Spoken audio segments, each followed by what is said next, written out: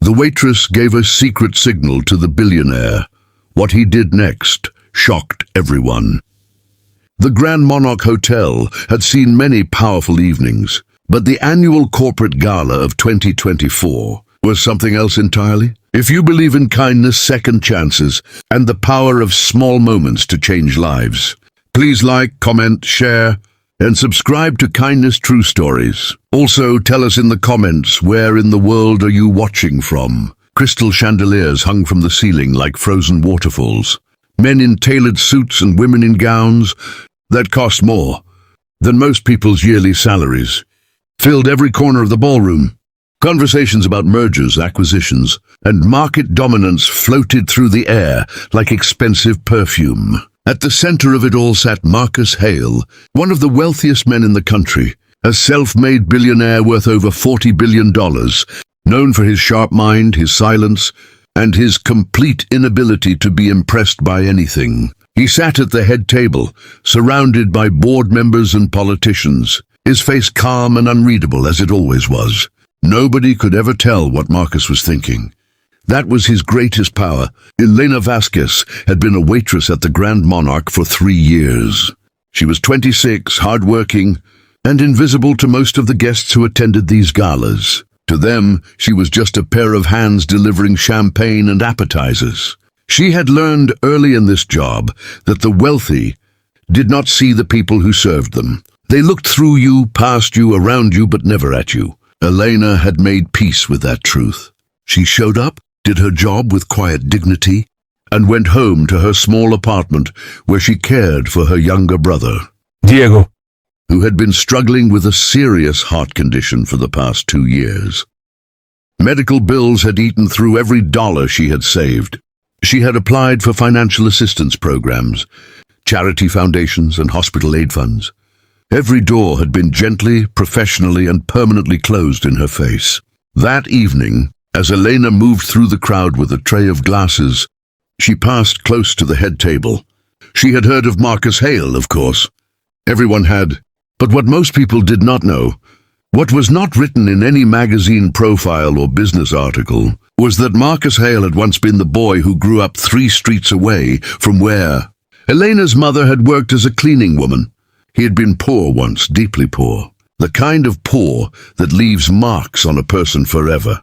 And there had been a woman, a kind neighborhood woman who used to leave extra food outside her door for young Marcus and his mother during the worst winters.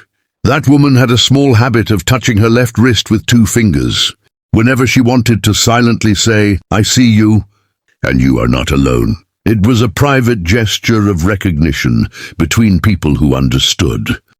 Struggle. Elena did not know any of this history. She did not know Marcus at all. But as she leaned forward to place a glass on the table, her bracelet caught on the tablecloth and slipped from her wrist.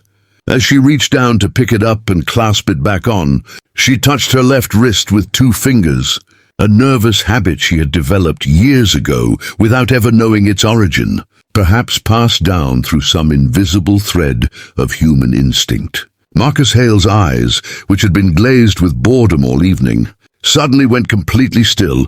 He stared at Elena. She did not notice. She straightened up and continued walking. But Marcus watched her go. Something deep inside him had shifted, like a key turning in a lock that had been frozen for decades. He stood up from his chair. The entire table went quiet. His advisor leaned forward and whispered, asking if everything was all right. Marcus did not answer.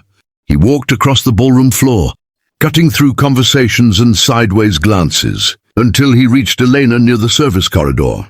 He spoke quietly. He asked her name. He asked if she was okay, because her eyes, he said, carried a weight he recognized. Elena, stunned, told him about Diego. She had not planned to. The words simply came out, because something in the way he looked at her made her feel seen for the first time in years. Marcus listened without interrupting. When she finished, he reached into his jacket, pulled out his personal card, and handed it to her. He told her Diego's surgery would be taken care of, fully, completely. No paperwork, no applications. By the end of that week, Diego was admitted to the best cardiac facility in the country. 3 weeks later, he was home, healthy and laughing again. Nobody in that ballroom ever fully understood what had passed between the billionaire and the waitress that night. But Elena knew. Sometimes the most powerful thing in the world is simply being seen. If this story touched your heart, please like, share, and subscribe to Kindness True. Stories for more inspiring and emotional stories that remind us of the good that still exists in this world. Your support means everything and helps more people find these stories. Thank you for being part of this journey.